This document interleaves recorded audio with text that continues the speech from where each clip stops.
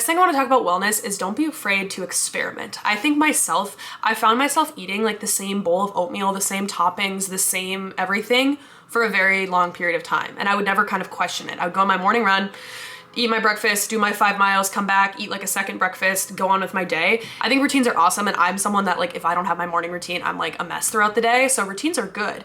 But I think always have this little curiosity in your head to kind of question what you're doing. I think if you're just really militant about buying into like one doctor or health podcast or influencer's way of life, you're never really questioning like how you feel on it. And I think you're once again kind of getting dissociated with your body. Like maybe you're eating oatmeal for 1 year and you're like, wait, this isn't providing me any energy. I feel like I'm having some sort of energy crash, or damn, I'm eating eggs and I'm eating 7 eggs a day. Like, I don't know, I'm making weird examples, obviously. Never feel like you are stuck in a way of life. And I think for me this past like few months or so after my injury, I've been experimenting with like different foods and different times and different quantities of meals and different nutrients. Maybe my body would do great if I had steak and eggs for breakfast and I ran at night. Like I used to be so militant that I would only run in the morning. And if I didn't run in the morning, I wasn't working out. Like I had all these ideas in my head. And I think it's good to break down the rules you have and try different stuff, because that's the only way that you're going to have this sort of data on your body. And that's one thing that I've tapped into in the past few months, of becoming curious about my body and not acting like I know everything about my body. Like I think when I was vegan specifically, I was very militant that like this is the only way to go. Like I can't imagine my life a different way. Say today, like I'm going to take an edible before bed, and then tomorrow night I'm going to only take magnesium, and then the other night I'm going to like do an Epsom salt bath before bed. I think that's been kind of the area I've been playing with, and it's been really fun to see like what my body reacts to and what my body doesn't react to. And it gets you out of this like rigid, restrictive, almost tendency with orthorexia of not feeling like it's a mistake. It's a learning opportunity, which sounds like super hippy dippy of like, I went out and I had like fried chicken and ice cream before bed. That's a learning opportunity. Like prior me would have been like, oh, you're a piece of shit. You better run extra miles tomorrow because you ate, etc. But now I'm like, no, that was a fun opportunity, a fun memory. It's my life. And I wake up the next day. Yeah, my run was a little bit more lethargic and shitty, but I just learned that about my body. And I'm able to like realize that like I'm still able to go and have these life experiences. I'm not holding myself off of those life experiences, but I know that like I'm probably gonna wake up the next day and be shitty, and that's okay. The thing I want to say about like food rules, and like if you're struggling with a food rule of like, I can't eat after this time, or I have to wait till 11 a.m. to eat breakfast, or I can't snack between meals. You've probably had a million different food rules in your head that have contradicted one another. You've probably thought to yourself, breakfast is the most important meal of the day. And then you've probably also thought, I can't eat breakfast because I need to intermittent fast and I can't like spike my insulin at 10 a.m. or something like that. Those are contradictory thoughts that you've had in your head. I was vegan. Now I fully am making fucking bone broth, right? So I've experimented enough to know that no rule is perfect. And even if I do quote follow all these rules, I still am a human at the end of the day. Like I'm still not like living my life to have this optimal health. Like that's not the only thing that I'm caring about with my life, right? Like when I was in the darkest periods of my life, all I cared about was my health. All I cared about if I was like doing the right thing. I'm so far beyond that my identity is so far beyond like what food touches my mouth every single day. If I eat the fried chicken and ice cream and I wake up the next day and have a shitty run, I'm like, okay, yeah, that was a Tuesday. Whatever, like I'm gonna have many more Tuesdays in my life to go try again. I also have gripes with intuitive eating. I think that's just probably my perspective coming from an eating disorder. I'm gonna talk about my gripe with intuitive eating a little bit. I think that not enough people have a good relationship with themselves in order to know what intuitive eating is. If we're looking statistically, most women have a body image issue. Most women have an issue with food or exercise or something like that. If it's not a full-blown eating disorder, some form of disordered eating that is impacting them. And that's why I don't think intuitive eating is a good thing to promote, like overall. Even if you're speaking to someone who has a total, normal, healthy relationship with food, I don't think eating is that intuitive. I get what it's getting at, that there's like intuitive hunger cues, but I do think a lot of us should put some effort and thought into food. Like, what does the color of our plate look like? Are we having enough protein? Are we making sure we're eating a fermented food every now and then? I was in eating disorder outpatient treatment. Obviously, any form of intuitive eating was a no. I had to be put on like a rigid meal plan to get myself back to have hunger cues, because that's a lot of what you lose when your stomach just becomes shit and your metabolism's so bad. That's why I don't think I really prescribe to intuitive eating. If it works for you, that's great, a-okay, but I don't think it works for most people. The thing I want to touch on for women, because I feel like there's a lot of talk on TikTok about low cortisol, low impact, like low stress routines, which is definitely awesome. I think a lot of us were doing way too much at one point, like 5 high intensity classes a week, the like Soul Cycle girlies, all of that stuff. But I do want to push back on it that I think it's okay to do some stuff of intensity. I think it's okay to crave like a day when you're sweating and pushing yourself at your max. It's the regularity you do it, the frequency, and how much rest and recovery you're doing. I definitely lost my period when I wasn't eating enough and I was over exercising, for sure. That is a combo that is just destined to a bad outcome. But now that I'm eating enough and now that I have a proper cycle, I can train intensely. Like sleep recovery is great, and I wake up the next day and I'm craving a workout. It's not to say that your like biology determines you to always need to like not work out on your period or like do certain things in your luteal phase. Like there's some women that perform all throughout the month, and I think just don't kind of get in your head too much about it. Like be conscious of it, but you may have the best workout of your life on a day that your period, like your menstrual cycle said that you shouldn't have a good workout. I mentioned this on my Instagram about what I eat in a day and kind of like a week of workouts. Here's why I'm never going to do those videos. One, I think it breeds comparison, and we have enough of that on social media as is. If I were to give every single thing I eat and do in a day, I know that someone on the internet would take that and try to mimic it, and maybe that would be a bad lifestyle for someone else. I'm not registered in anything, which I know some people think I use as a cop-out. I'm using that more as a safety mechanism of, I don't know, I'm doing food and nutrition and diet and lifestyle as I think fits for my body, but maybe a dietitian would look at my diet and say, oh God, that's an awful idea what you're doing. I don't think I have the credibility in order to give workout plans or running plans or diet plans or anything like that. Even if you went and you followed someone's what I eat in a day video to a T, and even if you went and you followed someone's workout routine to a T, everyone has different biology. You could take two people and put them on the exact same diet and lifestyle protocol, and they would have completely different health outcomes. I feel like we are so fixated on external outcomes of like, this workout is going to make me lose weight, or it's going to make me lean, or like all of that nonsense, that when you look at it biologically, it's not going to be the same for you and a friend. It's not even going to be the same for identical twins. Speaking as one is a twin, fraternal, not identical. But your health is going to be very different. You could go paleo and you could lose your period. You could go keto and you wouldn't be able to sleep at night. Recipe videos are fine. I think that people that are like trained running coaches, like giving shit is fine. But I think it's a fine line between how to share information, and I might come off as someone who is just like too protective and too like scared to share. But as someone who's experienced an eating disorder, I know that a lot of my life was robbed of me when I was in that period. I wasn't looking forward to anything throughout the day. I lost touch with a lot of friends, and I was really isolated from my family. And I just think like it was the worst period of my life, and I wouldn't want to contribute that to someone else. So that's kind of like why I take it with such caution. I just like ride or die for women, and particularly teen girls. Speaking as someone who's a teenage girl in her 20s right now. So if you're someone who's like, I don't even know where to get started with health and wellness and lifestyle, I talked a little bit about supplements. Here's some lifestyle stuff that I think is really important that we don't talk about. It's the unsexy free stuff. It's getting enough sleep. It's moving throughout the day. And I don't mean like an intentional workout. I mean just being active and walking up the stairs and going on a walk, you know, after dinner. I think when you're getting into health and wellness, you need to have a reason that's like a pretty deep reason on like why you want to do this, like why you want to make any sort of lifestyle change.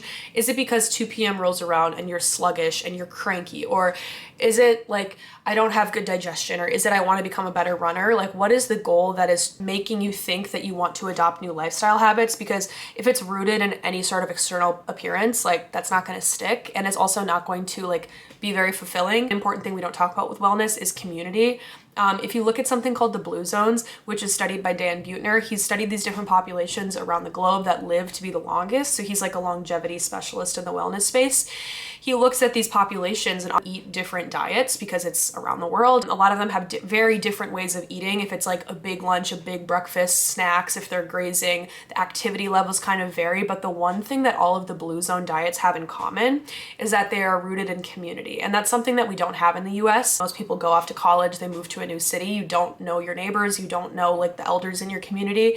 And so all of these blue zones have a deep commitment to community. They have like dinners with everyone. In the US, we send our elders to community homes and nursing homes instead of like taking them in and taking care of them. When you're 18, it's expected that you leave the house. And in other cultures and communities, it's expected that you stay and you take care of the elders and you cook for them, and something that is linked to longevity. And so I think when you're in your, you know, I'm guessing most people watching this are in their teens or 20s, reestablishing community is something that's going to help you health-wise. And it might be like, I can be so healthy and not have any friends. No, I was at my lowest when I was so isolated, but I was, quote, eating the, quote, cleanest and like healthiest. I didn't have community, and that was impacting my health negatively much more than I understood at the time. Someone asked how to get protein in the day. I feel like protein is focused on a lot for satiety, like making sure you're eating enough protein throughout the day. Also athletes making sure you're eating enough protein to recover and repair muscle. There's definitely a few C Muscularly's episodes we've done about protein that I could give you a full spiel. I think protein powder is a good supplement to invest in if you're struggling to get in protein. That's like a quick, easy way. I also think some people become hyper reliant on protein powder, and you're eating like 3 servings of processed protein throughout the day. Like, all protein powders have some sort of like additives or fillers or gums or natural flavorings and stuff. So try to get your protein from real food sources if possible. I still probably eat like 1 serving of protein powder a day, but I've realized that maybe that's why I have like stomach issues and stuff if I'm eating so much protein powder. Calculate it based on your weight and your height and all that, and your athletic goals on like what your protein needs are. Next question was gut health, how to be into it but not too obsessive with it. Only a fine line, once again, it's kind of coming from your background. Like, are you someone that is coming from orthorexia, or you're someone that doesn't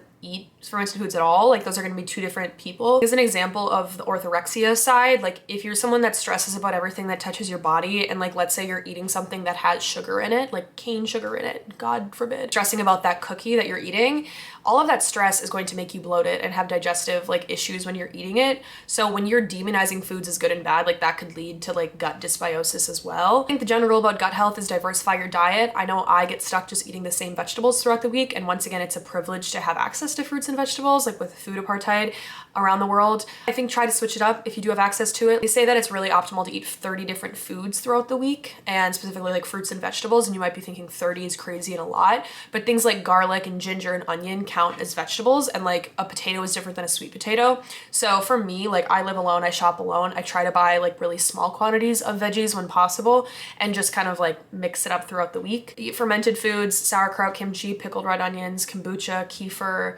natto. Sleep routine, recovery. So as a runner, I take recovery really seriously. Like, I'm a runner where if I don't stretch before a run, I will get injured. I still get injured even if I, quote, do all the right things. If I don't sleep 8 hours, I cannot function. And so I realized that I'm a person that has to prioritize that stuff, but I know a lot of runners like don't care about that stuff necessarily, and they're like cool to perform. But for me, I have to check all my boxes. So recovery for me looks like foam rolling, looks like stretching, looks like using my massage gun.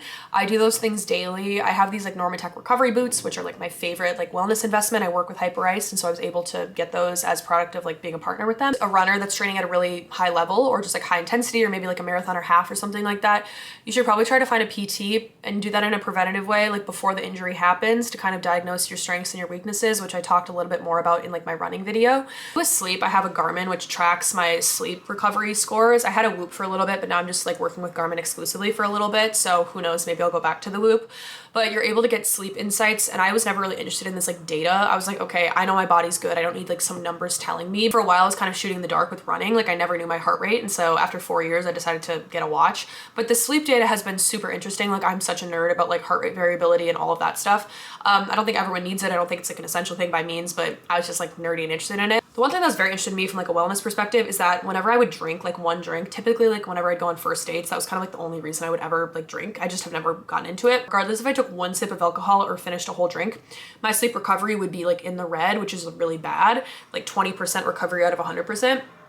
And even if I got like 5 hours of sleep, but I took my magnesium and I like stretched or I took a bath before bed, even if it was 2 hours, let's say, my recovery would be like 60%. And so I don't drink now, and I realize alcohol just affects me negatively, and it's just like not something that like even brings me joy, so I don't really do it. I've changed in like sleep hygiene. Once again, I was never drinking a lot, like maybe 2 drinks in a month, depending on my like chaotic dating life.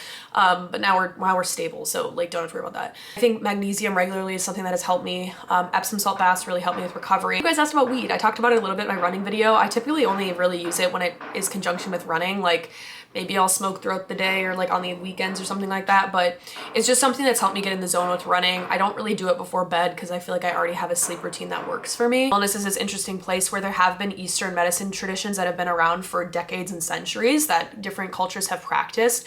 And then there's Western doctors that haven't studied, like, let's say they haven't done a clinical study of ashwagandha or Ayurvedic practices. That is never to say that those practices aren't valid and have credibility to it, but through the Western lens, like, these things aren't like credible. you know, to a degree. Like if you told someone like I'm doing tongue scraping, a Western doctor would be like, that's crazy.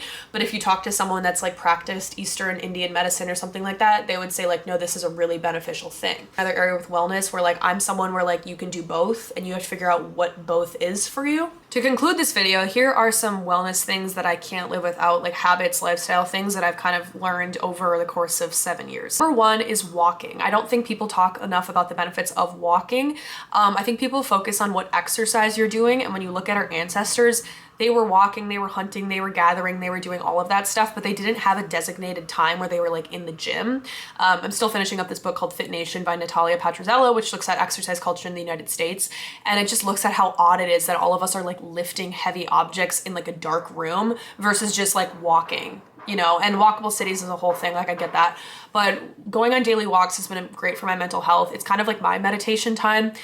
When I'm walking, I feel like I have a lot of creative thoughts. I'm able to sort through personal problems and work problems and whatever the fuck. Next one, magnesium. I don't feel like I have to harp on that more. It's helped with sleep, stress, recovery. 90% of people are deficient in magnesium because of soil quality and soil degradation. I didn't really even talk about like why you should supplement. Supplementation is necessary because of our food quality, climate change, food system, and even if you're eating a carrot, it's not the same carrot that our ancestors were eating like 80 years ago because of food quality, so you're not able to absorb amount of nutrients, and that's why I think supplements are kind of a nice insurance for people to look into. Diversity of diet, as I talked about before, try to eat different fruits and vegetables, and if you're kind of intimidated by a vegetable, what I've been doing recently is looking on menus of restaurants around me and seeing like, what do they do with radishes? What do they do with spring onions? Fermented foods is another one, helps with your gut microbiome, and it just helps with satiation of meals for me. Like I feel a lot more satisfied when my gut's getting something. Recovery, as I mentioned, is another like pillar of my life. I could not run or move or do anything if I didn't stretch and foam roll and take my tennis ball and drink water throughout the day. Like those are essential things for me, especially as it comes to someone who does like doing higher intensity workouts. Like I have to manage my stress, otherwise like it's way too much cortisol for me and I like will start to feel off.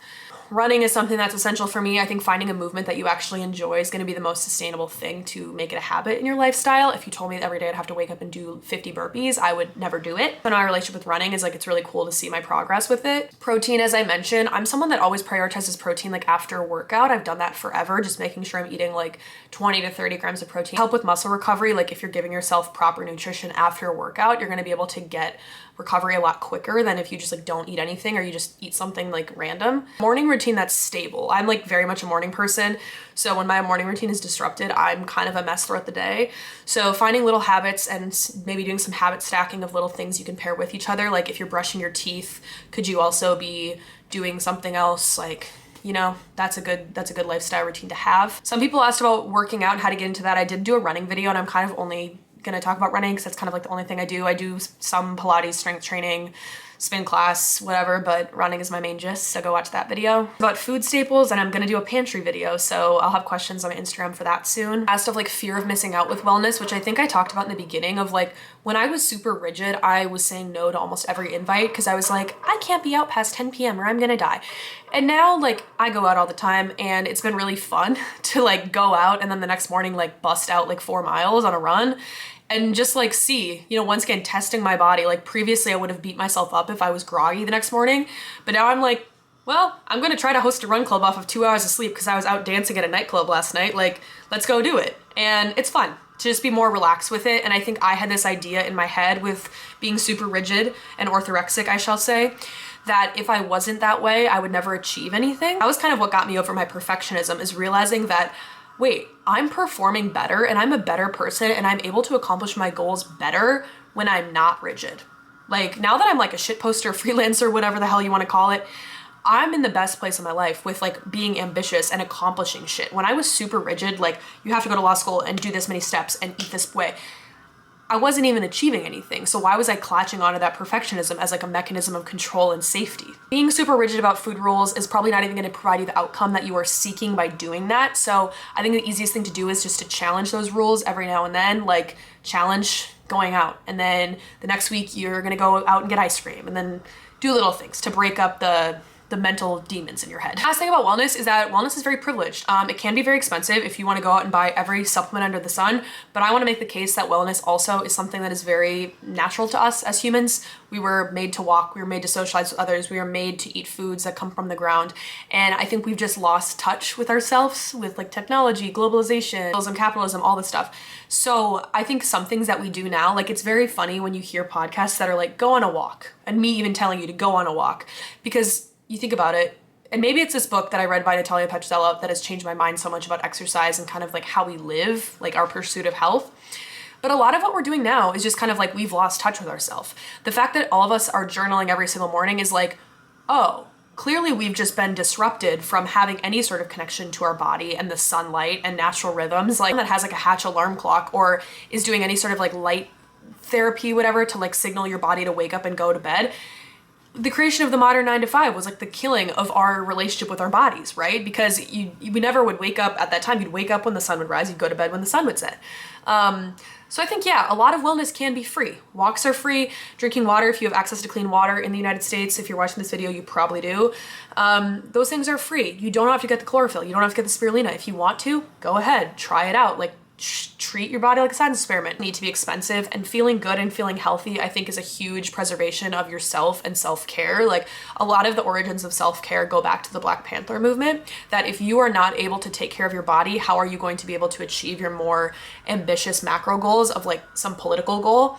And that's kind of my approach with it, is like, now that I'm able to take care of my health, and health is so intuitive and I have a relationship with my body, I can accomplish more macro things in my life. And I think that's a big reason why like recovery from an eating disorder have been huge to me. I am able to see my life in color. I was missing out on so many life opportunities and just robbed of so much of like my teen years. That's why I'm still a teen girl in my 20s, because I didn't get my teens. Yeah, that's kind of, I would say, my approach to health and wellness now. That's gonna be the video. So let me know if you liked it. Once again, I'm not your doctor, I'm not your dietitian, none of that stuff. I'm just your buddy. If you want more specific episodes about wellness, like if you want something about artificial sweeteners or kimchi or something like that, see Muscarlies. We have over 120 episodes and they are very specific, so you can kind of tune in and out of episodes that pertain to you. Maybe I'll try to do more TikTok stuff about wellness, but I don't know. Maybe I'll just keep it on YouTube and Instagram, I guess. But I hope you all have a lovely day. Thank you for watching, and I'll see you in the next video. Bye.